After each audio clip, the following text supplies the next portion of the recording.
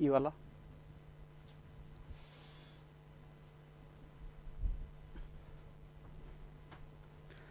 नमस्कार मित्रों, मैं विज्ञान शिक्षक आर.एच. चौहान मॉनिटर्स एकेडमी की ऑनलाइन क्लासेज में आपका हार्दिक स्वागत करता हूं। आशा करता हूं आप जहाँ भी होंगे स्वस्थ होंगे, हेल्दी होंगे। हम कल साइंस के विज्ञान का सामान्य परिचय और सजीवों के गुणों के बारे में पढ़ चुके हैं। अपने 2 टॉपिक हो गए हैं। अपना फर्स्ट टॉपिक था विज्ञान का सामान्य परिचय, अगला नेक्स्ट टॉपिक अपना था सजीवों के लक्षण, जो मैंने आपको एक एक करके सारे डिस्क्रिप्टिव रूप में समझाए थे। आज से अपनी नई क्लास, एक नया चैप्टर शुरू होता है जो विज्ञान की शाखा है साइटोलॉजी, कोशिका विज्ञान। साइटोलॉजी, कोशिका विज्ञान, ये जो चैप्टर है इससे हर एग्जाम में, सभी प्रतियोगी परीक्षाओं के अंदर लगभग 2 से 3 क्वेश्चन तक पूछे जाते हैं। ये प्रतियोगी परीक्षाओं के लिए अति महत्वपूर्ण टॉपिक है, चैप्टर है, और ये हमारी क्लियर होने के पश्चात ही अपन नेक्स्ट आगे कर पाएंगे। इसलिए ये हमारे को कोशिका के अंगक, कोशिका में जो अंगक हैं, जो ऑर्गन्स हैं, उनके फंक्शन, कार्य तथा उनकी संरचना, उनके खोजकर्ता, इसके बारे में अपन पढ़ते हैं। अर्थात कोशिका का, सेल का संपूर्ण विवरण अपन यहाँ पढ़ लेते हैं, जो एक मानव की संरचनात्मक और क्रियात्मक और आनुवंशिक इकाई है। इसके पश्चात ही हमारे पूरा बायोलॉजी क्लियर होता है, समझ में आराम से आएगा। तो यहाँ से हमारे को 2 से 3 क्वेश्चन मिलेंगे, जिनका अपन ध्यानपूर्वक आज अपन वर्णन करने जा रहे हैं। इनका अपन आराम से अध्ययन करेंगे, और ये नहीं कि सर इजी है या हार्ड है। हम आपको ऐसा कंटेंट देंगे जिसे आपको कोशिश ये रहेगी कि ये कोशिका विज्ञान, साइटोलॉजी मैं यहीं पर याद करा दूँ आपको।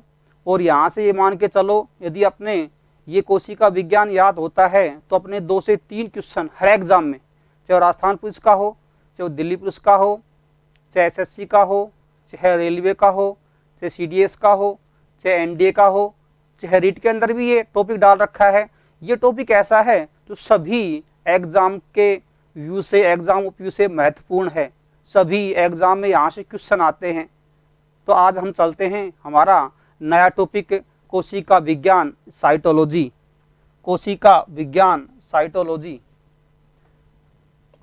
तो हम पहला देखना चाहेंगे साइटोलॉजी। इधर देखिए थोड़ा याद करने के लिए कि साइटोलॉजी, सेल मीन्स विज्ञान, सेल्स मीन कोशिका, सेल्स मीन कोशिका, उसका अध्ययन है। तो यहाँ पर सेल लिखते हैं CELL, अर्थात सेल मीन्स कोशिका, सेल्स मीन कोशिका। तो यहां से अपना ये साइटोलॉजी भी सी से शुरू हो रहा है, और ये सेल भी अपनी शुरू होती है सी से। तो सेल कोशिका, साइटोलॉजी कोशिका का अध्ययन, कोशिका का अध्ययन। ये साइटोलॉजी विज्ञान की एक शाखा है, जीव विज्ञान की एक शाखा है। जीव विज्ञान की शाखा में इसका अपन वर्णन देखेंगे। तो जीव विज्ञान की एक शाखा है जिसके अंतर्गत हम कोशिका, सेल के बारे में अध्ययन करेंगे, वो साइटोलॉजी या कोशिका विज्ञान कहलाएगी। तो अपन देखते हैं यहाँ पर कि जीव विज्ञान, बायोलॉजी की वह शाखा जिसके अंतर्गत कोशिका का अध्ययन किया जाता है, कोशिका विज्ञान कहलाता है, कोशिका विज्ञान कहलाती है। अर्थात जीव विज्ञान, हमने यहाँ पर एक हमारी जो विज्ञान की शाखाएं थी, पहली जीव विज्ञान या बायोलॉजी, दूसरी फिजिक्स और तीसरी केमिस्ट्री रसायन विज्ञान। तो हमने यहाँ से एक को उठाया है, पहला बायोलॉजी या जीव विज्ञान को। अब जीव विज्ञान की एक टॉपिक है, जीव विज्ञान की एक शाखा है ये, जिसका नाम है कोशिका विज्ञान, cytology. Is very very important. यहाँ से अपन हर एग्जाम के अंदर क्वेश्चन पुटअप होते हैं, हर एग्जाम के अंदर। तो हर एग्जाम के लिए ये बहुत ही इंपॉर्टेंट है, इसलिए मैं पहले सर्वप्रथम इससे शुरुआत की है। दूसरी बात, ये जब आपको क्लियर हो जाएगा उसके बाद ही बायोलॉजी, जीव विज्ञान समझ में आएगा, क्योंकि यहाँ से कोशिका की शुरुआत होती है, और जो भी फंक्शन होते हैं, जो भी कार्य होते हैं, वो सारे कोशिका से संबंधित होते हैं। जो अपन क्रियाएं पढ़ते हैं, जीव की इकाई है संरचनात्मक, क्रियात्मक, आनुवंशिक। इसलिए अपन यहाँ से पहले सेल पढ़ेंगे सेल के बारे में पढ़ने के पश्चात ही अपन आगे बढ़ेंगे, तभी समझ में आ पाएगा। तो अपन देखते हैं कोशिका विज्ञान की परिभाषा अपन देख ली। उसके बाद में अब कोशिका विज्ञान के अंदर क्या आएगा, मैंने बताया कोशिका सेल, कोशिका सेल प्रत्येक जीव की बट जीव लिविंग होना चाहिए, सजीव होना चाहिए, ठीक है। निर्जीव के बारे में अपन सेल के बारे में कोई बात नहीं करेंगे। प्रत्येक सजीव सजीव कैसा जीव सजीव होता है कि संरचनात्मक, क्रियात्मक, आनुवांशिक इकाई। पहला है कौन सी इकाई है, संरचनात्मक। दूसरा है कौन सी इकाई है, क्रियात्मक। थर्ड है आनुवांशिक इकाई। अब यहां मैं आपको एक एक वर्ड करके समझा रहा हूं। नेक्स्ट आ जाइए। मैं बात करना चाहूंगा पहले संरचनात्मक। संरचनात्मक अर्थात संरचना बनाती है, हमारे शरीर, हमारे बॉडी की स्ट्रक्चर बनाती है। एक कोशिका से शुरू होती है, 1 से 2, 2 से 4 विभाजन के द्वारा। जिस प्रकार एक मकान को बनाने के अंदर हम ईंटों से मकान को जोड़ते हैं, उसी प्रकार हमारे शरीर की संरचना किससे बनती है, कोशिका से, ठीक है। अब कोशिकाओं की संख्या हमारे शरीर में लाखों अरबों होती है। अब हम देखते हैं कई सजीवों के अंदर एक कोशिका होती है, उन्हें एक कोशिकीय जीव कहते हैं। कई सजीवों में 2 कोशिका होती है, 2 द्विकोशिकीय जीव कहते हैं। कईयों में अलग होती है जो कहलाते हैं बहुकोशिकीय जीव, ठीक है। तो मानव बहुकोशिकीय जीव है। तो ये है कि कोशिका के द्वारा हमारे शरीर की रचना होती है, हमारे शरीर का निर्माण होता है। इसलिए ये कोशिका है, सेल है। ये कौन सी इकाई है, संरचनात्मक इकाई है। संरचना बनती है सेल के द्वारा। प्रत्येक जीव का संरचना किससे बनती है, सेल के द्वारा। दूसरी है क्रियात्मक इकाई। अब देखो कोशिका के अंदर केंद्रक होता है, माइटोकॉन्ड्रिया होता है, और पादप सेल के अंदर अपन दोनों की बात करना, हरित लवक होता है और रिक्तिका होती है। एंडोप्लाज्मिक रेटिकुलम अर्थात अंतः पर्दवी जालिका उपस्थित होती है और जीव द्रव, कोशिका द्रव पाया जाता है। तो कोशिका के अंदर ही सारा फंक्शन होता है। जैसे मैंने कल आपको पढ़ाया था श्वसन पढ़ाया था, तो श्वसन की क्रिया कहाँ होती है, कोशिका के अंदर होती है। श्वसन कैसा प्रक्रम है, ऑक्सीकरण या अपचयन, मैंने कल आपको पढ़ाया था। तो श्वसन ऑक्सीकरण प्रक्रम है। श्वसन के अंदर भोजन का ऑक्सीकरण होता है, क्योंकि वहां मैंने आपको कल बताया था O2 ऑक्सीजन जुड़ती है। तो ये जो क्रियाएं होती है श्वसन वगैरह, श्वसन से भोजन का ऑक्सीकरण होगा जिससे ऊर्जा प्राप्त होगी। तो मैंने कल आपको लिखवाया था ऊर्जा 673 किलो कैलोरी ऊर्जा प्राप्त होगी एक ग्लूकोज के अणु से। ग्लूकोज के अणु का सूत्र था C6H12O6। उसकी अपन ने क्रिया कराई थी ऑक्सीजन से, और क्या प्राप्त हुआ था, कार्बन डाइऑक्साइड, जल और 673 किलो केल्विन ऊर्जा का निर्माण हुआ था। तो वो जो प्रक्रिया थी, जो श्वसन के द्वारा ऊर्जा प्राप्त हुई थी 673 किलो केल्विन, वो कोशिका के अंदर ही क्रिया हुई थी, वो कोशिका के अंदर ही फंक्शन चलता है। इसलिए कैसी है, कोशिका क्रियात्मक इकाई है। क्रिया कोशिका के अंदर होगी। सभी क्रियाएं, चाहे वो जीव मनुष्य हो, चाहे वो एक कोशिकीय हो, चाहे बहुकोशिकीय हो, सारी क्रियाएं कोशिका के अंदर ही होती है। इसलिए जो कोशिका है, सेल है, कैसी इकाई है, क्रियात्मक इकाई है। कैसी इकाई है, क्रियात्मक इकाई है। आनुवांशिक इकाई, नंबर 3 बात करेंगे अपन, आनुवांशिक इकाई, ठीक है। पहला है कौन सी इकाई है, ये संरचनात्मक। दूसरी है ये क्रियात्मक इकाई, क्रियात्मक इकाई है ये, क्योंकि सभी क्रियाएं कोशिका के अंदर ही होती है। नंबर 3 ये कैसी इकाई है, आनुवांशिक इकाई है। आनुवांशिक इकाई है ये। अब आनुवांशिक क्या है, जो माता पिता के जो करैक्टर होते हैं, गुण होते हैं, उनका संतति में जाना जीन के द्वारा। जीन कहाँ लगे होते हैं, गुणसूत्रों पर। ये अपन आनुवांशिक की जेनेटिक्स के अंदर पढ़ेंगे, अपना अलग टॉपिक आएगा, इज वेरी वेरी इंपॉर्टेंट। यहाँ से भी एक क्वेश्चन हमेशा पूछा जाता है, ये भी बहुत इंपॉर्टेंट है, ठीक है। आनुवांशिक इकाई, कोशिका में केंद्रक होता है, केंद्रक के अंदर क्रोमेटिन जाल, केंद्रक में क्रोमेटिन जाल, धागे के समान संरचनाएं आपस में फैली होती है, क्रोमेटिन जाल। ये क्रोमेटिन जाल ही गुणसूत्र का निर्माण करता है, ये क्रोमेटिन जाल ही गुणसूत्र का निर्माण करता है। और गुणसूत्र पर क्या पाए जाते हैं? जीन।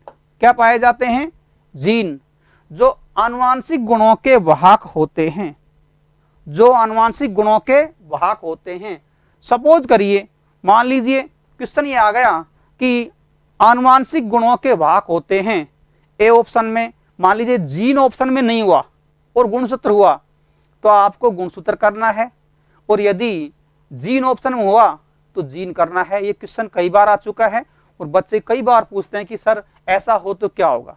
यदि जीन ऑप्शन के अंदर है तो जीन ही करना है, और जीन ऑप्शन में नहीं हो तो फिर आपको छोड़ना नहीं है, आपको गुणसूत्र करना है। क्योंकि जीन कहाँ लगे होते हैं? जीन रेखीय क्रम में गुणसूत्र के ऊपर लगे होते हैं। तो ये जीन जब जाते हैं तो गुणसूत्र का टुकड़ा, छोटा टुकड़ा टूट के जाता है, जिसे अपन क्रॉसिंग ओवर बोलते हैं। अपन वहां पढ़ाएंगे डिटेल से इसको, ठीक है। तो अपन यहां से क्वेश्चन पे ये भी गलत नहीं करें।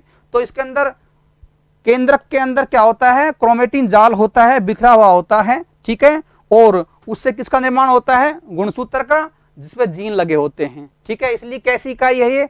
आनुवांशिक इकाई है, आनुवांशिक इकाई है। ये अपने सेल का क्लियर होगा सभी को। अब देख लीजिए, नेक्स्ट अपन बढ़ते हैं आगे।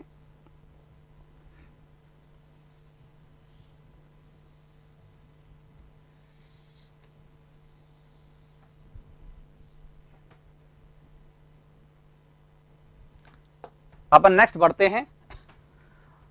सर्वप्रथम कोशिका की खोज किसने की? रॉबर्ट हुक ने। सबसे पहले 1665 में कोशिका की खोज किसने की? रॉबर्ट हुक ने। लेकिन यहां पर यह बात आएगी, जो कोशिका की खोज की थी ये मृत कोशिका की, ये जो कोशिका है ये मृत कोशिका है। सर्वप्रथम कोशिका, कौन सी कोशिका खोज हुई थी? मृत सेल की, मृत कोशिका खोज हुई थी। उसके पश्चात जीवित कोशिका की खोज हुई थी। तो सर्वप्रथम 1665 में रॉबर्ट हुक ने जो कोशिका की खोज की थी वो कैसी थी? मृत, डेड सेल थी, वो मृत कोशिका थी। वो किसमें की? आपने देखा होगा, जो अपनी बोतलें आती है, अब तो खैर अपने जो उसके ढक्कन है वो लोहे के आने लग गए, कहीं प्लास्टिक के, कहीं लोहे के हैं। पहले क्या होता था कि जो बोतल के ढक्कन थे उसमें लकड़ी का कोट लगाता था, अपने ऐसे कोर के ऊपर ऐसे प्रेस करते थे, कोर लगाता था, ठीक है। तो वो कोट लकड़ी का, सूखी लकड़ी का है। अब सूखी लकड़ी कैसी सेल है? डेड सेल है, मृत कोशिका है। तो उस कोर्क के अंदर, उस कोर्क की पतली परत में रॉबर्ट हुक ने देखा कि उसके अंदर अनेक छोटे छोटे कोष्ठ बने हुए हैं। जिस प्रकार आपने देखा होगा मधुमक्खी का छत्ता होता है, उसके अंदर अनेक कोष्ठ बने होते हैं, उन कोष्ठों में शहद भरा होता है और उन कोष्ठों के अंदर ही मधुमक्खियां रहती है, उनका निवास स्थल है वो कोष्ठ, ठीक है। जैसे इन्होंने कोर्क की पतली परत के अंदर देखा तो अनेक कोष्ठ के समान, मधुमक्खी के छत्ते के समान संरचनाएं दिखाई दी। लेकिन जो संरचनाएं दिखाई दी, कोष्ठ दिखाई दिए, उनको इन्होंने कोशिका नहीं कहा। उनको, ये क्वेश्चन 2-3 बार पूछा गया है, उनको क्या नाम दिया? सेलूला। क्या नाम दिया उनको? सेलूला। क्या नाम दिया? सेलूला नाम दिया उनको, ठीक है। और बाद में इसी सेलूला का नाम पड़ा कोशिका, सेल पड़ा, सेल से बना सेलूला, सेल से बना सेलूला, ठीक है। तो जब इन्होंने मृत सेल, अर्थात रॉबर्ट हुक ने जो कोशिका की खोज की थी वो मृत कोशिका थी, उसका नाम क्या दिया? सेलूला नाम दिया। और बाद में जाकर उसका क्या नाम पड़ा? कोशिका या सेल, कोशिका या सेल। अब नेक्स्ट चलते हैं। अब उसके बाद में इसके 9 साल बाद, 1665 के 9 साल बाद क्या हो गए?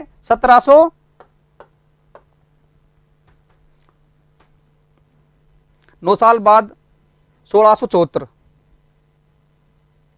1674 में एक वैज्ञानिक आए। 1674 में एक वैज्ञानिक आए जिनका नाम था एवी ल्यूएनहोक, जिनका नाम था एवी ल्यूएनहोक। मैंने यहाँ नोट डाल के आपकी स्पेशल लिखवाया है कि रॉबर्ट हुक ने मृत कोशिका की खोज की थी। ये क्वेश्चन पूछेगा आपसे, ठीक है।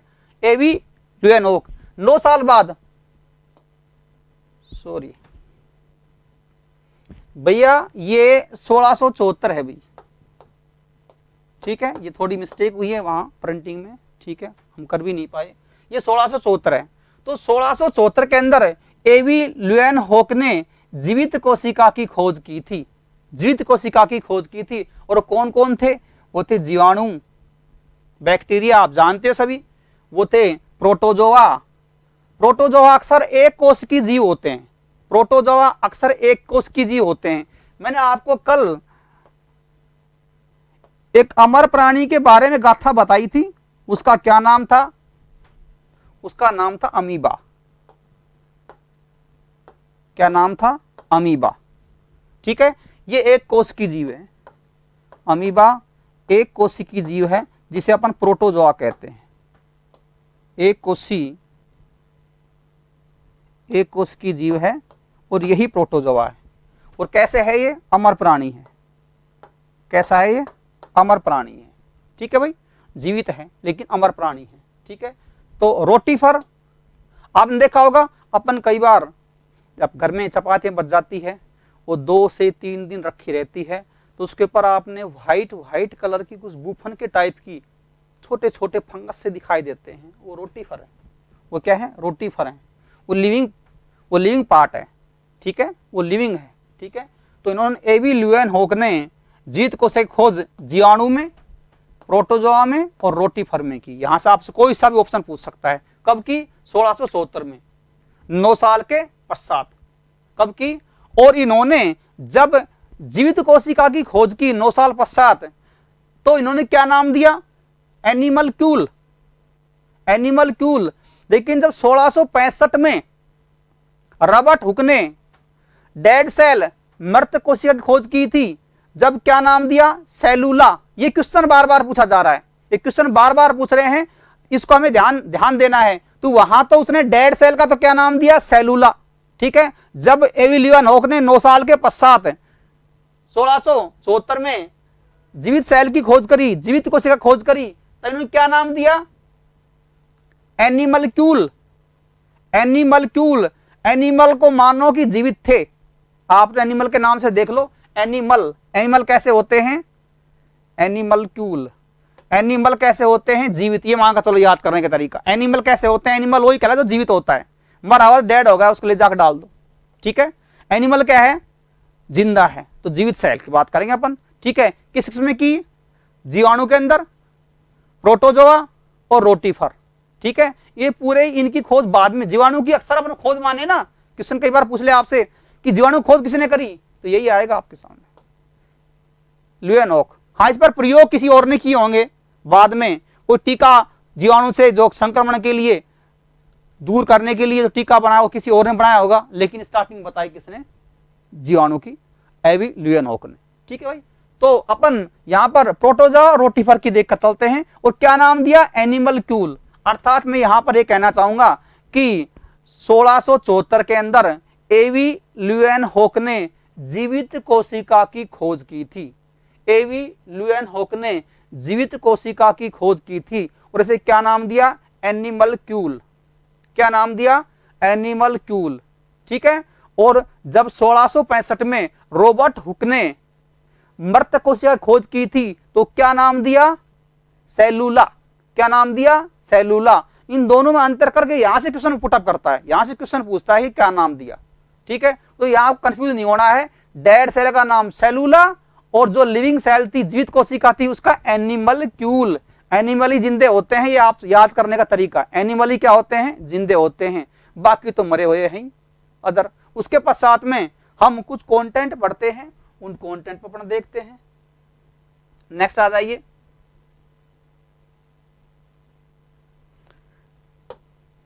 नेक्स्ट आ जाइए। अब हम देखेंगे सबसे बड़ी कोशिका कौन सी है, सबसे छोटी कोशिका कौन सी है, सबसे लंबी कोशिका कौन सी है। इनके बारे में यहां से अक्सर क्वेश्चन पूछा जाता है।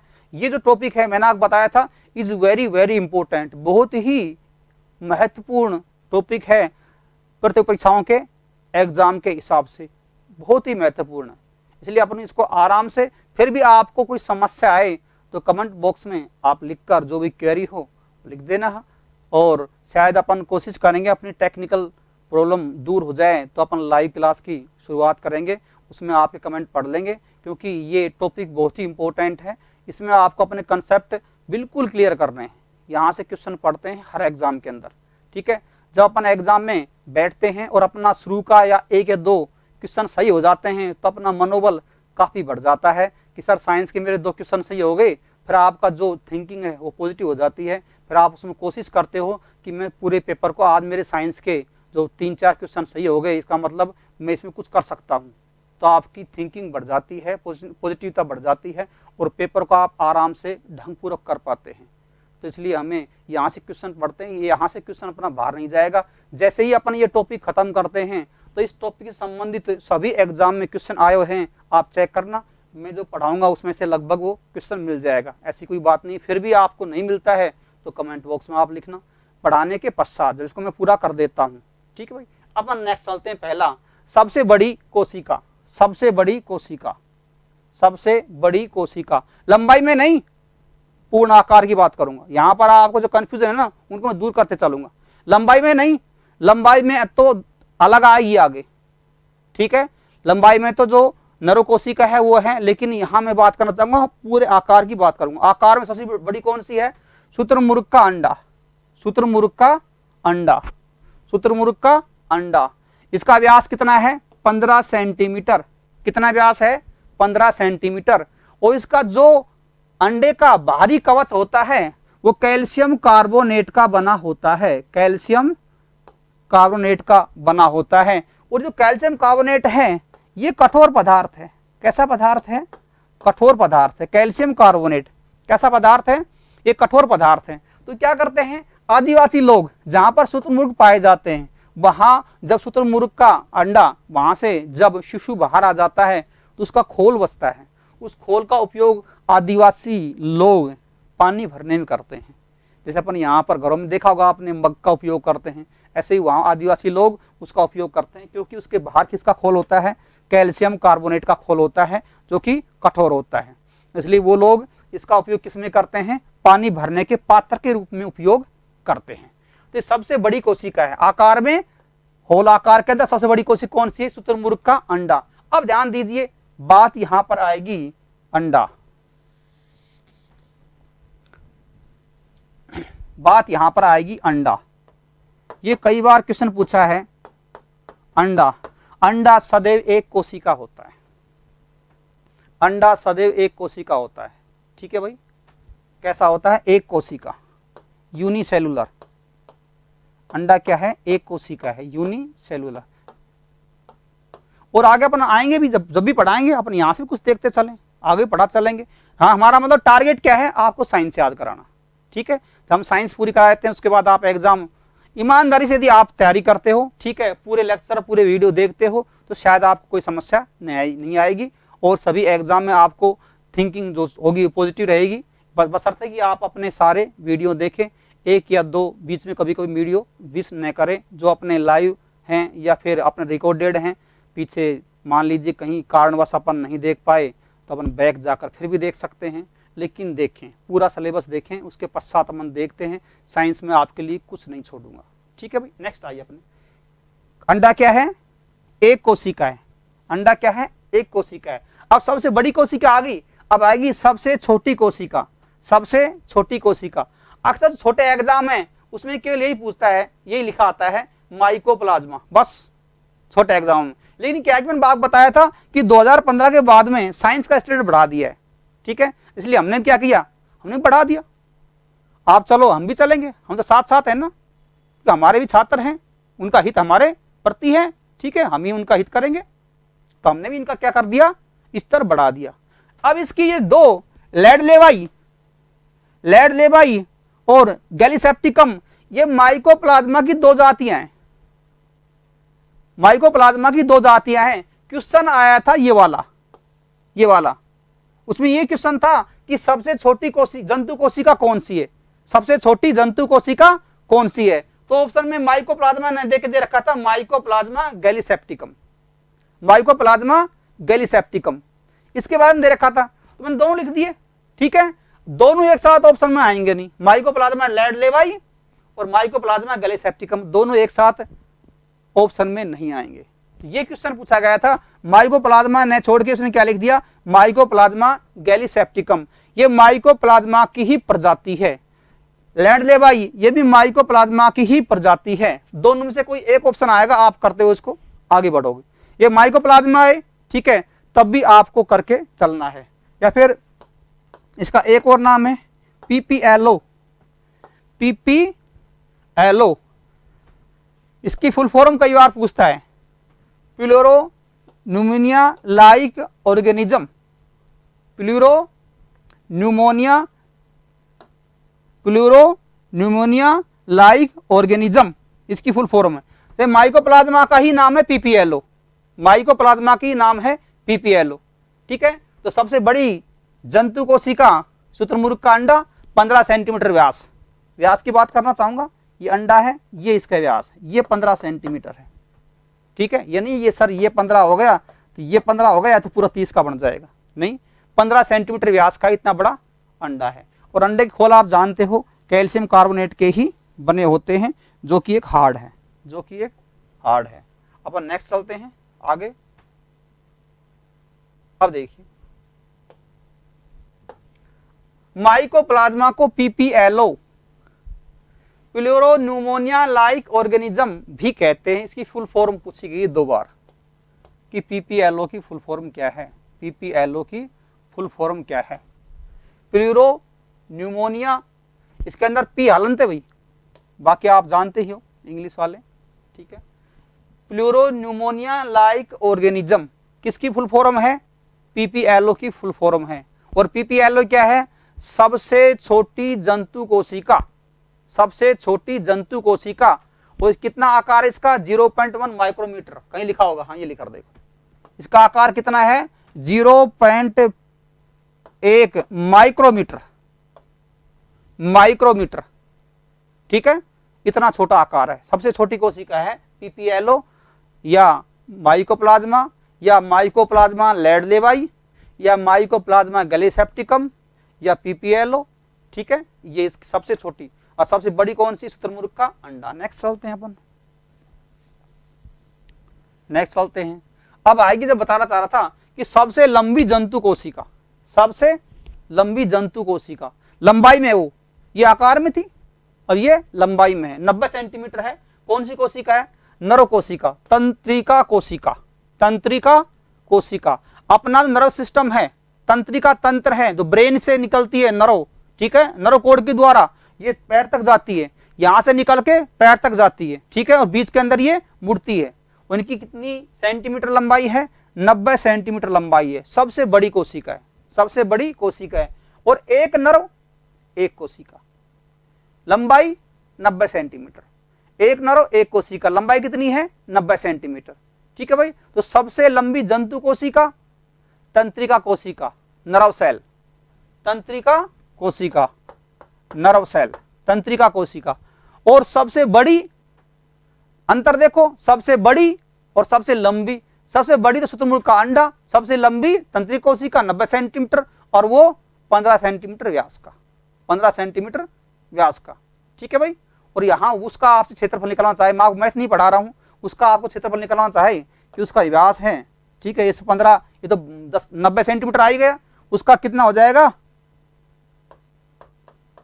त्रिज्या 7.5, उसका आप क्षेत्रफल निकलना चाहे तो पाई आर स्क्वायर 22/7 इंटू 7.5 का होल स्क्वायर आ जाएगा, आ जाएगा, कोई दिक्कत नहीं है। आता है क्वेश्चन बना नहीं है, फिर मान लीजिए कोई अच्छा कंपटीशन हो, ठीक है, उसमें आप पूछ ले कि सबसे बड़ी कोशिका शुतुरमुर्ग का अंडा का क्षेत्रफल कितना होता है। ठीक है, ये मैथ का क्वेश्चन है, आएगा नहीं फिर भी आपको, लेकिन आपको आना चाहिए। ठीक है, तो हमने बताया था आपको हम कंप्लीट तैयारी कराएंगे ये पढ़ने के बाद में आपको कोई समस्या नहीं आनी चाहिए। अब सबसे वो जंतु कोशिका होगी, अब मैं बात करूंगा पादप कोशिका, प्लांट सेल की बात करना चाहूंगा। सबसे लंबी, बड़ी नहीं है, सबसे लंबी पादप कोशिका एसिटेबुलेरिया शैवाल, ठीक है, और यही बड़ी है। देखो यहां कॉम्बिनेशन बढ़ गया, यही बड़ी है। सबसे लंबी पादप कोशिका एसिटेबुलेरिया क्या है? शैवाल है, एल्गी है, एल्गी है। और कितना लंबा है? 10 सेंटीमीटर लंबा है। ये तो पादप, ये तो शैवाल है, ये तो शैवाल है। और ये शैवाल एक कोशिका से बना है, जो एक कोशिका है वो 10 सेंटीमीटर लंबी है। जो एसिटिकुलर शैवाल है ना, ये एक कोशिकी है, एक कोशिका, एक कोशिका की लंबाई कितनी है? 10 सेंटीमीटर। तो एक कोशिका है ये, ठीक है। नेक्स्ट, एसिटेबुलेरिया शैवाल एक ही कोशिका का बना होता है, इसलिए इसे एक कोशिकीय शैवाल कहते हैं। मैंने बताया दिया आपको। यूनिसेलुलर कैसा है? एक कोशिकीय है। उस एक कोशिका की ही लंबाई कितनी है? 10 सेंटीमीटर, ठीक है। नेक्स्ट, सबसे छोटी पादप कोशिका, सबसे छोटी पादप कोशिका। अब ये पादप कोशिका कहो, कुछ भी कहो, ये जो वुल्फिया है, ये सबसे छोटा पुष्प है। आपने पढ़ा होगा जीके के अंदर, सबसे छोटा पुष्प कौन सा है? वुल्फिया। और सबसे बड़ा पुष्प कौन सा है? रैफ्लेसिया।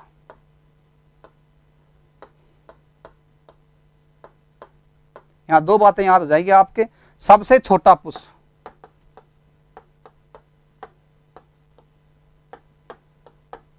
सबसे छोटा पुष्प, और ये क्या है? सबसे बड़ा पुष्प, सबसे बड़ा पुष्प। ये कहा जाता है कि रैफ्लेसिया के पुष्प के अंदर जो इतना बड़ा होता है कि 6 महीने का बच्चा आराम से खेल सकता है, इतना बड़ा इसका आकार होता है। तो सबसे बड़ा पुष्प रैफ्लेसिया का होता है और सबसे छोटा वुल्फिया का होता है। इसका ऑर्डर है वुल्फिया, ठीक है। बाकी इसका नाम ये ऑप्शन में आएगा या फिर ये ऑप्शन है, कोई सा भी ऑप्शन में आ सकता है, कोई दिक्कत नहीं, दोनों में से आपको दोनों करना है, इसलिए मैंने दोनों लिखे हुए हैं। सबसे छोटी पादप कोशिका डकविड्स या वुल्फिया, ऑर्डर है वुल्फिया, ठीक है। सुना होगा आपने वुल्फिया का नाम, तो इसलिए मैंने लिख दिया वुल्फिया कि आप इसको जानते हो, क्योंकि क्वेश्चन जीके के अंदर क्वेश्चन कई बार पूछता जाता है कि सबसे छोटा पुष्प वुल्फिया, सबसे बड़ा रैफ्लेसिया, और इसलिए सबसे छोटी कोशिका कौन सी आ गई? वुल्फिया। ये भी एक कोशिका है, ठीक है। अब नेक्स्ट बढ़ते हैं, अपन नेक्स्ट बढ़ते हैं।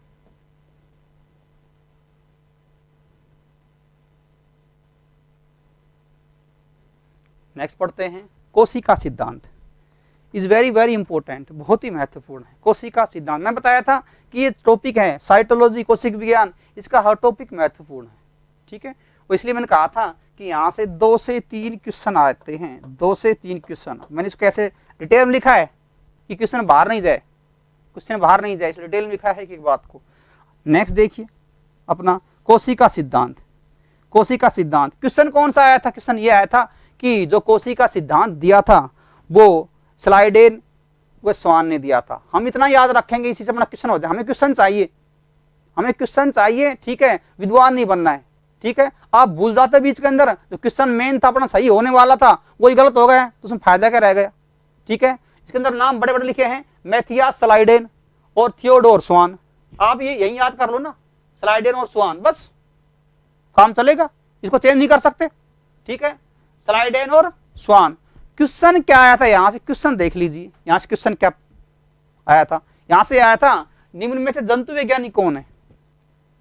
जंतु वैज्ञानिक कौन है, ठीक है। मैंने बाकायदा लिख रखा है, फिर मैं आपको ट्रिक से समझाऊंगा और याद भी हो जाएगा, ठीक है। जंतु वैज्ञानिक कौन है, ठीक है, और वनस्पति वैज्ञानिक इनमें से कौन है? दोनों अलग अलग है, ठीक है। इन्होंने क्या किया था? इन्होंने ऊतकों पर अध्ययन किया था, इन्होंने ऊतकों पर अध्ययन किया था। कोशिकाओं के समूह को ऊतक कहते हैं, कोशिकाओं के समूह को ऊतक कहते हैं। अपनी बॉडी बनती है ना, पहले कोशिका होती है, फिर ऊतक बनता है, ठीक है। ऊतक के पश्चात में अंग बनता है, अंग के बाद में तंत्र बनता है, और तंत्र मिलने के बाद में अंग तंत्र, उसके पश्चात में अपनी बॉडी, शरीर का निर्माण हो जाता है। अपन बाद में लिखवाएंगे, आगे आएगा, कुछ भी नहीं छोड़ूंगा, सारा कंप्लीट करवाऊंगा, ठीक है भाई। अब देखिए यहाँ पर, इनको आप भूल जाइए, कोई समस्या नहीं है, मैंने लिख रखा है, कोई दिक्कत नहीं है। मैथियास स्लाइडेन और थियोडोर स्वान। मैथियास और थियोडोर, ये नाम मटपटे नाम होते हैं, कोई दिक्कत नहीं, हमारा काम चल रहा है, क्वेश्चन ये गलत होगा ही नहीं, क्वेश्चन गलत नहीं होगा ही नहीं। अब देखिए स्लाइडेन, स्वान। अब ये देखिए स्वान, स्वान किसको बोलते हैं? कुत्ते को। किसको बोलते हैं? स्वान कुत्ते को बोलते हैं। और कुत्ता क्या है? जंतु है, एनिमल है, ठीक है। तो इसका मतलब जो थियोडोर स्वान है वो जंतु वैज्ञानिक है। तो बच कौन सा गया? ऊपर वाला मैथियास स्लाइडेन। मैथियास स्लाइडेन वो कौन सा हो गया? वो वनस्पति वैज्ञानिक हो गया। वो क्या हो गया? वनस्पति वैज्ञानिक। वनस्पति वैज्ञानिक। और इस दरअसल मैं आपको पहले इसलिए बता रहा हूं, या आपका भी गलती नहीं होगा। स्वान कुत्ते को बोलते हैं, कुत्ता एनिमल है, तो एनिमल पर किसने प्रयोग किया? इसमें लिखा होगा वनस्पति शास्त्री मैथियास स्लाइडेन। देखो, ने पादपों में ऊतकों पर अध्ययन किया था, जबकि जंतु वैज्ञानिक थियोडोर स्वान ने जंतु ऊतकों पर अध्ययन किया था। यह भी नहीं पूछता है, पूछता है आपसे कि जंतु वैज्ञानिक कौन है और वनस्पति वैज्ञानिक कौन है, या फिर पूछता है कोशिका सिद्धांत के प्रतिपादक हैं। ये दोनों प्रतिपादक हैं, दोनों ऑप्शन में आएंगे, स्लाइडेन व स्वान। अब इनका पूरा नाम लिखता भी नहीं हो, क्योंकि ऑप्शन बड़ा हो जाएगा, दोनों साथ आएंगे। मान लीजिए ए ऑप्शन आता है, यहाँ पर मैंने ए ऑप्शन लिख दिया, लेकिन यहाँ पर मैथियास स्लाइडेन व थियोडोर स्वान, तो ऑप्शन बड़ा हो गया, इसलिए वो शॉर्टकट में लिखता है स्लाइडेन व स्वान, ठीक है। और कोई दिक्कत नहीं, हमारा क्वेश्चन सही होना चाहिए, और हमने आप क्वेश्चन आपका सही करा दिया। स्वान होता है कुत्ता, और कुत्ता क्या है? एनिमल। मैं ये ट्रिक कर रहा हूँ, और गलत भी नहीं है, स्वान कुत्ता ही होता है। हिंदी में, हिंदी की बात कर रहा हूँ मैं, ठीक है। बाकी मैं इतनी हिंदी जानता हूँ, मेरे ट्रिक बना रखी मैंने कि कैसे याद होगा, और आगे मैं आपको ट्रिकली पढ़ाऊंगा, आगे सारी चीजें मैं आपको ट्रिकली याद कराऊंगा। इसलिए मैंने कहा कि संभावना रहेगी कि मैं आपको इतना साइंस यहाँ तक कर दूं कि आपका साइंस की वजह से सिलेक्शन नहीं रुके। इतना तो मेरा तुम्हारे से प्रोमिस है, वादा है, ठीक है। इतना मैं आपको यहाँ पर करा दूंगा यदि आप मेरे वीडियो लगातार देखते रहे। नेक्स्ट बढ़ दिए आगे, यहाँ पर ये बात क्लियर होगी। तो ये तो है स्लाइडेन, वनस्पति वैज्ञानिक है, इसने पादप ऊतकों पर अध्ययन किए थे। थियोडोर स्वान जंतु वैज्ञानिक हैं, जिन्होंने जंतु ऊतकों पर अध्ययन किए थे। अब दूसरी बात, मैं इसको भी समझा सकता हूं, इसकी ट्रिक है, लेकिन ये केवल साइंस वाले समझ पाएंगे। स्लाइड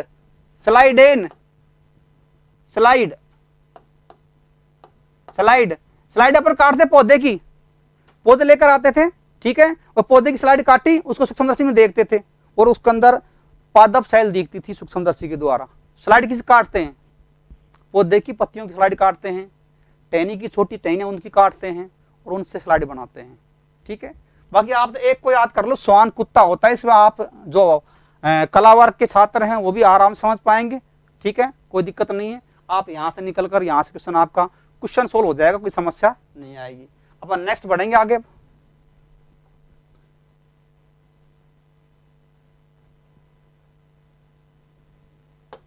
नेक्स्ट बढ़ेंगे, यहां तक क्लियर होगा। सिद्धांत का प्रतिपादन किया जिसके अनुसार, इन्होंने क्या क्या बताया, इन्होंने क्या क्या, ये आपके नहीं आएगा, फिर मैंने लिख दिया है, ठीक है। इन्होंने अपने जो मत दिए हैं, अपने जो बिंदु दिए हैं, उन बिंदु में क्या क्या कहा है ये देख लीजिए। पहला बिंदु इनका है कि प्रत्येक जीव का शरीर एक या अनेक कोशिकाओं का बना होता है। एक कोशिका का बना है तो उसे एक कोशिकीय बोलेंगे, अनेक कोशिका बना है तो उसे बहुकोशिकीय बोलेंगे। सेकंड उनका मत क्या था? कोशिका शरीर की संरचनात्मक और क्रियात्मक इकाई है। यहां बात ध्यान देने योग्य ये है कि इन्होंने आनुवांशिक इकाई को छोड़ दिया है। वो कौन बताएगा? अभी अपने सामने आ रहा है। इन्होंने क्या बताया? केवल कि कोशिका है, जो सेल है, वो कैसी इकाई है? शरीर की संरचनात्मक है और क्रियात्मक इकाई है। आनुवांशिक के बारे में इन्होंने कोई वर्णन नहीं किया, ठीक है। इनका तीसरा बिंदु क्या था? विर्चोव के अनुसार, ये तो वैज्ञानिक वेरी वेरी इंपॉर्टेंट, इसका नाम कई बार पूछा है। विर्चोव के अनुसार जो नई कोशिकाएं बनती हैं, यहां पूछा गया कि शरीर के अंदर नई कोशिकाएं बनती है, आप कह रहे हो कि एक कोशिका से दो कोशिका, 2 से 4, 4 से 8, 8 से 16, 16 से 32 बनती हुई जाती है और हमारा शरीर बनता हुआ जाएगा। तो पूछता है कि जब कोशिका जो बनती है, नई कोशिकाएं बनती है, ये कहां से बनती है? तो इसका जवाब किसने दिया? विर्चोव वैज्ञानिक ने दिया। और क्या कहा कि जो नई कोशिकाएं बनती है वो पुरानी कोशिकाएं, पूर्ववर्ती कोशिकाएं, उन्हीं के विभाजन से बनती है। ये किसने कहा? विर्चोव ने।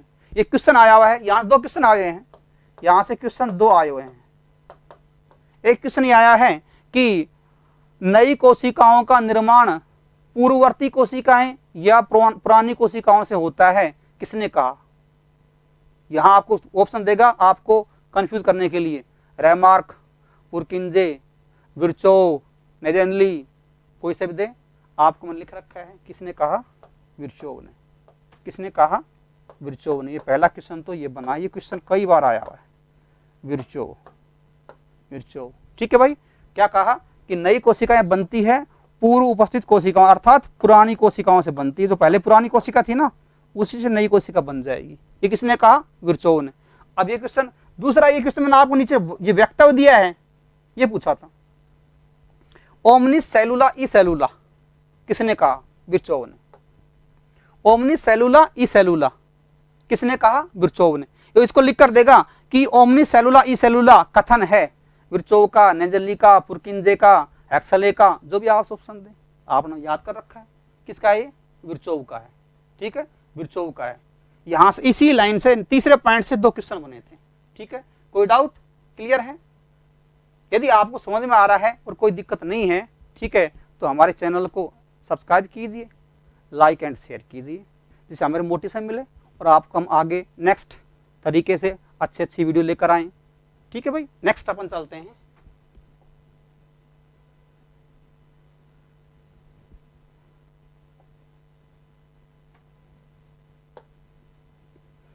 कोशिका सिद्धांत कर दिया अपन, नेक्स्ट अपन आगे चलेंगे अगली वीडियो के ऊपर।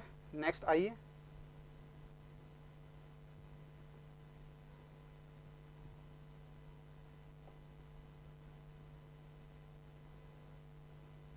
अब यहां पर बात नहीं पसती, यहां पर और नहीं बात आएगी कि जो कोशिका सिद्धांत था, ठीक है, ये पहले दो वैज्ञानिक आए थे, स्वान और स्लाइडेन, जिन्होंने कोशिका सिद्धांत, उसके बाद में और वैज्ञानिक आए जिन्होंने आधुनिक कोशिका सिद्धांत दिया। मैंने कहा था ना आपको, मैंने आपको कोशिका की परिभाषा लिखवाई थी, वहां 3 बात लिखवाई थी कि कोशिका शरीर की संरचनात्मक, क्रियात्मक और आनुवंशिक इकाई है, बताया था।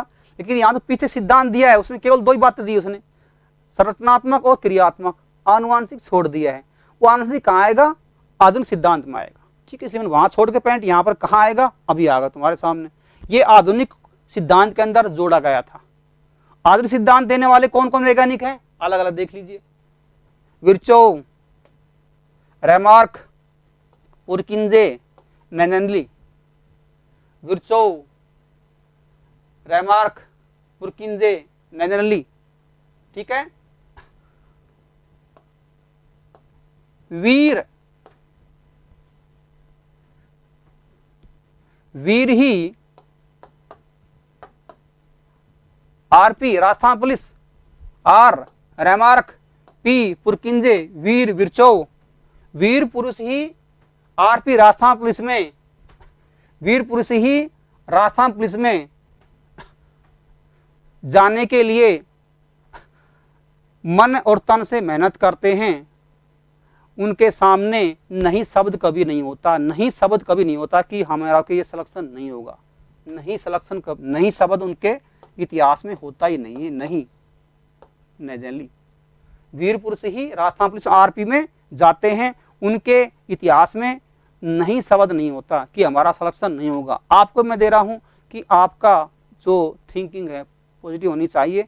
सिलेक्शन आप जैसे ही लेते हैं आपका ही सिलेक्शन होता है। ठीक है, असफलता किसी सफलता की कुंजी को बताती है, आप उससे गौर करिए। ठीक है, और आगे बढ़िए। ये कौन कौन है? ये 4 वैज्ञानिक सामने आएंगे तुम्हारे। क्या नाम है? विर्चोव, रेमार्क, पुरकिंजे और नेजेनली। विर्चोव, ये इंपॉर्टेंट है, ये आपसे कई बार 3 का नाम देता है, कई बार 2 का नाम देता है। आधुनिक कोशिका सिद्धांत के प्रतिपादक हैं। क्वेश्चन यहां से क्या बनेगा? आधुनिक कोशिका सिद्धांत के प्रतिपादक हैं। ऑप्शन के अंदर ए बी सी। अब उसकी मर्जी यहां से 3 नाम दे दे, उसकी मर्जी यहां से 2 नाम दे, लेकिन इस बंदे को नहीं छोड़ सकता, इसको नहीं छोड़ेगा वो। ठीक है, इसको नहीं बिरचाएगा वो, विर्चोव को नहीं बिरचाएगा वो, ये तो आएगा। विर्चोव रेमार्क दे दिया, विर्चोव पुरकिंजे दे दिया, विर्चोव नेजेनली दिया, और चाहे नाम भी दे देगा, कोई दिक्कत नहीं है। लेकिन ये है आधुनिक कोशिका सिद्धांत के प्रतिपादक, और वो थे कोशिका सिद्धांत के प्रतिपादक। कौन कौन थे? स्वानवे स्लाइडेन, आपको ये याद रखना है, स्वानवे स्लाइडेन। नेक्स्ट अपने बढ़ना है। अब देखिए नोट डाला हुआ है, आधुनिक कोशिका सिद्धांत के अनुसार भी, जो मैंने पहले लिखवाया था, ये लिखना चाह रहा है कि सिद्धांत के अनुसार भी, देखो विरचो ने जो कहा था ना वो बात यहां पर भी सत्य है, यहां पर भी लागू हो गई बात वो, इसलिए बहुत अधिक महत्व इस विरचो का। ठीक है, इसने क्या कहा था वहां पर कि जो नई कोशिकाएं बनती है वो पुरानी कोशिकाओं से, पूर्ववर्ती कोशिकाओं से ही बनती है, और आधुनिक कोशिका सिद्धांत आया उसके अंदर था ये, कहा कि आप सिद्ध कीजिए, सिद्ध कर दिया। इसने वहां पर जो बात कही थी ना वो यहां लाकर वापिस छोड़ी है इसने।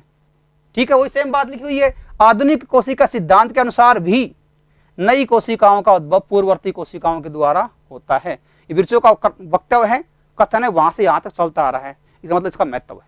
ठीक है भाई, और क्या लिखा था इसने, इसका कथन क्या था, ओमनी सेलुला ई सेलुला, क्या कहा था, ये कथन क्वेश्चन आया हुआ है, एग्जाम में क्वेश्चन आया हुआ है कि ओमनी सेलुला ई सेलुला किसका कथन है, किसका है, विरचो का है, किसका है, विरचो का है। और विरचो ने क्या कहा था, यही इंपॉर्टेंट, विरचो ने क्या कहा था कि नई कोशिकाओं की उत्पत्ति पूर्ववर्ती पहले थी, वो पुरानी है, पुरानी कोशिकाओं से ही होती है। ये किसका वक्तव्य था, विरचो का। और विरचो ने क्या कथन दिया, ओमनी सेलुला ई सेलुला। आपको दो बातें ध्यान में रखनी है। नेक्स्ट अपना बढ़ते हैं।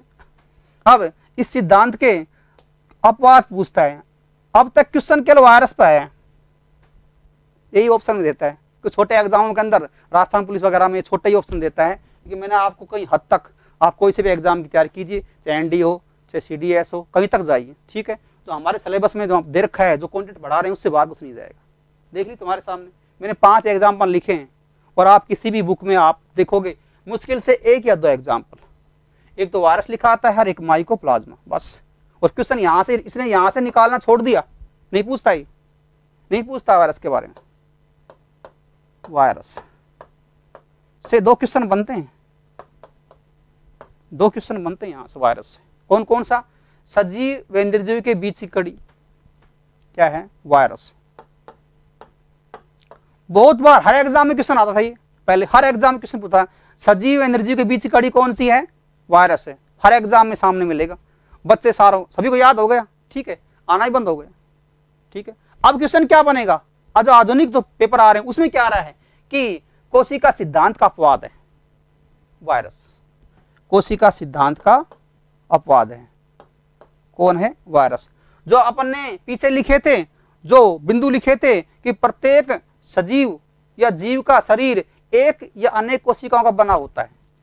ठीक है, ये क्या होता है, जब किसी कोशिका के संपर्क में आता है तो जीव की तरह बाती कार्य, मतलब व्यवहार करेगा ये, इसकी क्रियाएं। ठीक है, जब उस जीव से जब ये अलग हो जाता है, जब निर्जीव पदार्थ की तरह कार्य करेगा, श्वसन करना ही बंद कर देता है। ठीक है, और उस समय इसको क्या कहोगे, निर्जीव। तो निर्जीव कहोगे तो निर्जीव कोशिका होती नहीं है, तो ये अपवाद आ गया, अपवाद आ गया। और दूसरा पॉइंट ये भी था कि ये जो कोशिका है शरीर की संरचनात्मक क्रियात्मक इकाई है, ये भी कहा था। तो कहां संरचना बना रही है, कोशिका ही खत्म हो गई, लिविंग या सजीव के संपर्क में है तो कोशिका है वो, और बाहर चला गया तो कोशिका ही नहीं हो, तो कहां पालना हुई, नहीं पालना हुई। ठीक है, इसलिए ये कोशिका सिद्धांत का क्या है, अपवाद है, एक्सेप्शन है। और एक्सेप्शन क्वेश्चन हर एग्जाम पूछे जाते हैं, अपवाद होते हैं, चाहे केमिस्ट्री के अंदर हो, चाहे फिजिक्स के अंदर हो, चाहे वो बायोलॉजी में, अपवाद हर जगह आएगा। ठीक है, जो भी आपको अपवाद एनसीईआरटी में, राजस्थान बोर्ड की बुक में मिले, उनको एक पन्ने पर छाट लो, निकलते बढ़ते आप याद कर लो, कोई समस्या नहीं है। अपन नेक्स्ट बढ़ते हैं, वायरस, माइकोप्लाज्मा, पीपीएलओ आ गया, सबसे छोटी कोशिका, सबसे छोटी कोशिका। ठीक है, अब ये इन प्रत्येक क्वेश्चन बन रहा है, वायरस सजीव निर्जीव के बीच कड़ी है, सबसे छोटी कोशिका पीपीएलओ, सब छोटी कोशिका है, कितना आकार बताया बताओ, 0.1 माइक्रोमीटर बताया था, अभी पढ़ाया है। इसकी 2 प्रजातियां पढ़ाई थी, माइकोप्लाज्मा गैलीसेप्टिकम और माइकोप्लाज्मा लैडलेवाई। और पीपीएल की फुल फॉर्म क्या थी, pleuro pneumonia like organism, pleuro pneumonia like organism, ये इसकी फुल फॉर्म थी। ठीक है, अब नेक्स्ट अपन देखिए, प्रोटिस्टा, फाइकोमाइसिटस, नील हरित शैवाल, कैसा है, नीला हरा है, लेकिन कैसा है, शैवाल है। ठीक है, शैवाल क्या करते हैं, शैवाल प्रकाश संश्लेषण क्रिया के द्वारा स्वयं भोजन का निर्माण करते हैं। प्रकाश संश्लेषी होते हैं। कैसे होते हैं, प्रकाश संश्लेषी। इनमें हरित लवक उपस्थित होता है, तो स्वयं का भोजन स्वयं बनाते हैं, शवपोषी कहलाते हैं। ठीक है, अब प्रोटिस्टा, अपन जब जीवों का वर्गीकरण पढ़ेंगे उसमें प्रोटिस्टा, मोनेरा सारा आएंगे, डिटेल्स पढ़ेंगे। फाइकोमाइसीटस, ये भी एक सवाल ही है, ये भी इसका अपवाद है। ठीक है, ये तो आपको क्लियर है, याद होनी चाहिए, और आपके साथ साथ ये भी याद होनी चाहिए। फाइकोमाइसीटस, प्रोटिस्टा और नील हरित शैवाल, BGA, blue green algae, blue green algae, नील हरित शैवाल, नील हरित शैवाल, ब्लू ग्रीन एल्गी। अपवाद को यहां से क्वेश्चन, आपके यहां से एक क्वेश्चन पूछा जा रहा है, इसको आप क्लियर कर लेना भाई। ठीक है, कोशिका सिद्धांत के अपवाद, वायरस या विषाणु, माइकोप्लाज्मा, PPLO नाम बताया, सबसे छोटी कोशिका बताया था, प्रोटिस्टा, फाइकोमाइसीटस और नील हरित शैवाल, और नील हरित शैवाल। नेक्स्ट अपन चलते हैं,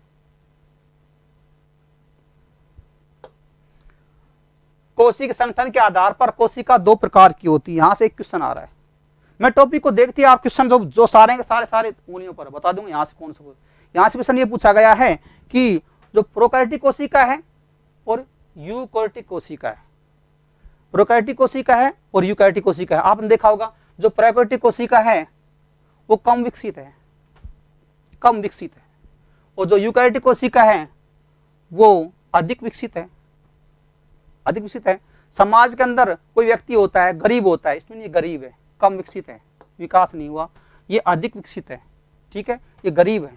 ठीक है, और सर्वाधिक क्वेश्चन किस पे उठते हैं समाज में, जो गरीब होता है उस पर उठते हैं। तो ये गरीब क्वेश्चन यहीं से क्वेश्चन पूछा जाता है, वहां से नहीं पूछते, इस गरीब पर क्वेश्चन उठते हैं। और क्वेश्चन क्या आता है, ये रहा ये क्वेश्चन, कम से कम क्वेश्चन 4 से 5 बार आया हर कंप्यूटर के अंदर, कि प्रोकैरियोटिक कोशिका के अंदर जो केंद्रक के समान संरचना पाई जाती है उसे क्या कहते हैं, प्रोकैरियोन। कई बार क्वेश्चन पूछा गया, इज वेरी वेरी इंपॉर्टेंट। ठीक है, क्या पूछेगा, प्रोकैरियोटिक कोशिका के अंदर केंद्रक के समान जो संरचना पाई जाती है वह है प्रोकैरियोन या केंद्रकाभ, हिंदी में बोलते हैं। तो आपको दोनों नाम याद करने, क्योंकि कई बार वो प्रोकैरियोन को जो इंग्लिश वर्जन है ऐसे हिंदी में लिख देता है, प्रोकैरियोन, प्रोकैरियोन, उसको हिंदी में लिख के दे देगा। ठीक है, देखो मैंने लिख रखा है इंग्लिश वर्जन, केंद्रकाभ हिंदी में है और इंग्लिश में क्या है, प्रोकैरियोन, और यही ऑप्शन में आया था प्रोकैरियोन, इसलिए आप गलती नहीं कर रही। मैं एक एक पॉइंट को खोल के समझाते चलूंगा। ठीक है, उसके बाद कोई गलती नहीं होनी चाहिए। फिर भी कोई समस्या आए तो कमेंट बॉक्स में आप लिखकर पूछ सकते हो, कोई समस्या हो। नेक्स्ट, अब बात आएगी कि ये क्वेश्चन क्यों पूछा जाता है, क्योंकि जो प्रोकैरियोटिक कोशिका है उसमें केंद्रक पाया नहीं जाता, उसमें केंद्रक पाया नहीं जाता। तो क्वेश्चन पूछ रहे हैं वो कि केंद्रक नहीं पाया जाता, लेकिन केंद्रक के समतुल्य, केंद्रक के समान फंक्शन केंद्रक समान ही करती है, तो केंद्रक के समान संरचना पाई जाती है, उसका नाम क्या है, प्रोकैरियोन। ठीक है, तो केंद्रक नहीं हुआ ना तो कोशिका हुई नहीं, वो कोशिका के अंदर केंद्रक पाया जाना अनिवार्य है। तो इसके अंदर केंद्रक नहीं पाया जाता, लेकिन केंद्रक के समान, बिल्कुल एक समान समतुल्य एक अंग पाया जाता है, जिसे क्या कहते हैं, केंद्रकाभ या प्रोकैरियोन। इसलिए कोशिका में इसको गिनती करते हैं। और एक ऐसी कोशिका है, प्रिमिटिव पुरानी कोशिका है, अविकसित कोशिका है। ठीक है, और ये वेल, ये सुसंगठित है, ये सुसंगठित कोशिका है। कौन सी, यूकैरियोटिक कोशिका, यूकैरियोटिक कोशिका सुसंगठित है। अब मैंने इसमें आपने देखा होगा अंतर कर रखे हैं, अंतर से पढ़ाएंगे आराम से, कोई दिक्कत नहीं है अंतर देख के। तो प्रिमिटिव प्रारंभिक सबसे पहले बनी थी, सबसे पहले उत्पत्ति में कौन सी कोशिका आई थी, प्रोकैरियोटिक कोशिका आई थी। उसके बाद विकास होता गया। ठीक है, अलग अलग चरण के अंदर ये सुव्यवस्थित कोशिका यूकैरियोटिक बन गई विकास के चरण में। अगला है सुसंगठित केंद्रक व झिल्ली का अभाव होता है, अर्थात इसके अंदर केंद्रक भी नहीं पाया जाएगा, बताया मैंने, केंद्रक भी नहीं पाया जाएगा। और जो कोशिका के बाहर जो झिल्ली पाई जाती है, ठीक है, इस झिल्ली का भी अभाव होता है, ये भी नहीं पाई जाती, बिखरा हुआ होता है। जो भी ऑर्गन्स होते हैं ना, माइटोकॉन्ड्रिया, गोल्जी काय, ER, अंतःप्रदेश जालिका, ये सारे बिखरे हुए होते हैं। ठीक है, क्या नहीं पाई जाती, झिल्ली कोशिका झिल्ली नहीं पाई जाती और केंद्रक भी नहीं पाया जाता, क्योंकि कैसी कोशिका है, अविकसित है। ठीक है, नेक्स्ट ये मैंने किस बता ही दिया। आनुवांशिक पदार्थ, आनुवांशिक पदार्थ जो आनुवांशिक गुणों का वहन करते हैं, जिनमें से एक पीढ़ी से दूसरी पीढ़ी में आनुवांशिक गुण जाते हैं, तो दोनों के अंदर अलग अलग पाया जाएगा। ये तो अविकसित है, ये तो क्या है, अविकसित है, इसलिए आनुवांशिक पदार्थ में क्या पाया जाएगा, नगन डीएनए आरएनए पाया जाएगा, केवल बस केवल डीएनए या आरएनए, नगन, तो झिल्ली है ही नहीं, वैसे ही पड़ा हुआ है, नगन रूप में पाया जाएगा, किसमें, प्रोकैरियोटिक कोशिका में। ठीक है, अब दूसरा है इसमें आनुवांशिक पदार्थ, अब इसका उल्टा लिखवा दिया है, इसमें केंद्रक नहीं है, इसमें पाया जाएगा। ये झिल्ली नहीं है, कोशिका झिल्ली इसमें पाई जाएगी, ये अविकसित है, ये सुविकसित है। दूसरा आनुवांशिक पदार्थ देख लो, इसके अंदर डीएनए पाया जाएगा, विकसित डीएनए पाया जाएगा। हिस्टोन में नॉन हिस्टोन प्रोटीन पाई जाती है, दोनों प्रोटीन पाई जाएगी, इसमें नहीं पाई जाएगी, ध्यान रखना। हिस्टोन में नॉन हिस्टोन प्रोटीन दोनों पाई जाएगी। राइबोसोम दोनों प्रकार के, अभी आगे आ रहे हैं 70S और 80S, दोनों प्रकार के राइबोसोम पाए जाएंगे, दोनों प्रकार के राइबोसोम पाए जाएंगे। तो अपना कोशिकीय संगठन के आधार पर कोशिका के दो प्रकार ये क्लियर हुए। इसके अंदर अपन अंतर से पढ़े हैं, कोई दिक्कत नहीं है। इसके अंदर आरएनए पाया जाएगा, डीएनए पाया जाएगा, ठीक है, आरएनए पाया जाएगा, ठीक है, 17S का पा सकता है, ठीक है। लेकिन ये जो हिस्टोन नॉन हिस्टोन प्रोटीन है ये बिल्कुल एब्सेंट रहेगी, यहाँ से क्वेश्चन बनेगा आपका, ठीक है। तो आज का अपना वीडियो यहाँ तक रहेगा, और फिर भी कोई समस्या हो तो कमेंट बॉक्स में आप अपना जो क्वेरीज है वो लिख दीजिए, और वीडियो को शेयर कीजिए। अपने दोस्त जो इन प्रतिपरीक्षाओं की तैयारी कर रहे हैं उनको शेयर कीजिए, जिससे हमारे वीडियो उन तक पहुंच सके, और वो भी हमारे ये वीडियो चल रहे हैं साइंस के, उनका बेनिफिट, उनका फ़ायदा उठा सकें। नेक्स्ट अपनी आगे कल क्लास होगी।